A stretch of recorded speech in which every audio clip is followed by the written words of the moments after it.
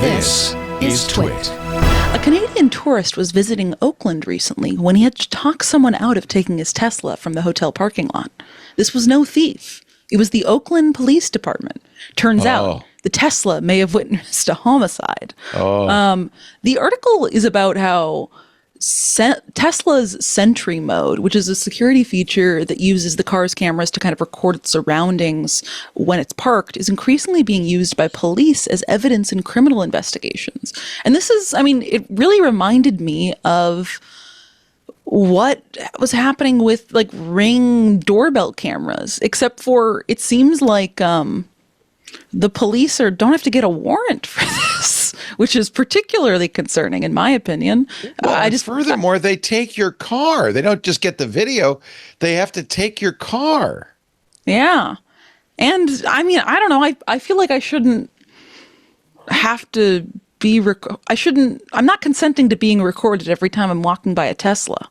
You're in public. Well, but you're in I public, mean, yeah, so I know, but I just don't like it. Well, you can not like it. You're being recorded on cameras on every street corner all over. I mean, yes, I know. I'm just saying I don't think it's good for our society. You're being recorded on a camera now. So according to really?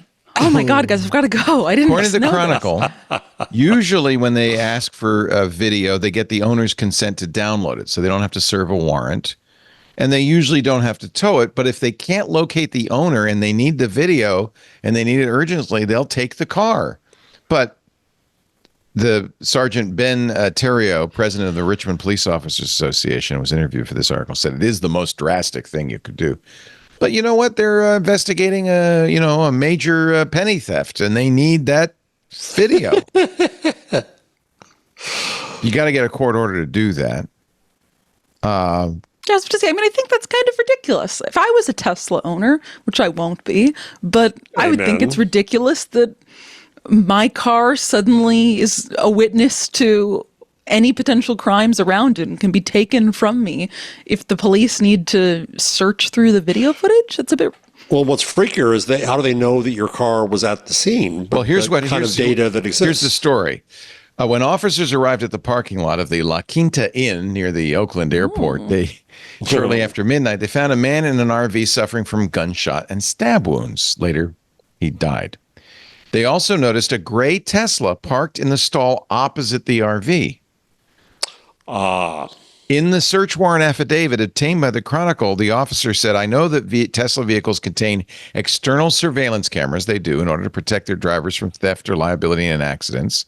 Based on this information, this is the warrant. I respectfully request that a warrant's authorized to seize this vehicle so that the surveillance footage may be searched. The judge approved it. I think if you get a warrant, a judge approves it. Okay. Yeah. Now, I hope he gets the car back. What would be freakier is if they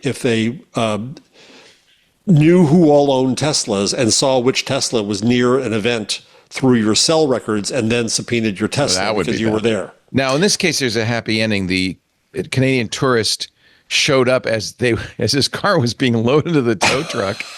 He intervened and volunteered the video, so the police released his vehicle. But I feel like that's kind of coercive. If you see your car, you're walking over and they're like, yeah, sorry, we're going to tow your car unless you let us look at this video voluntarily. Of course, someone's going to be like, yeah, look at the video.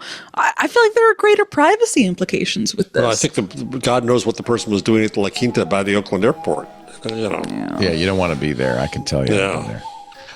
Hey, it's Leo Laporte. I hope you enjoyed this little snippet from our show This Week in Google. For the full show, you can either go to our website, twit.tv/TWiG, or find TWiG in your favorite podcast client. And, of course, there's links right below, somewhere down there, for more information.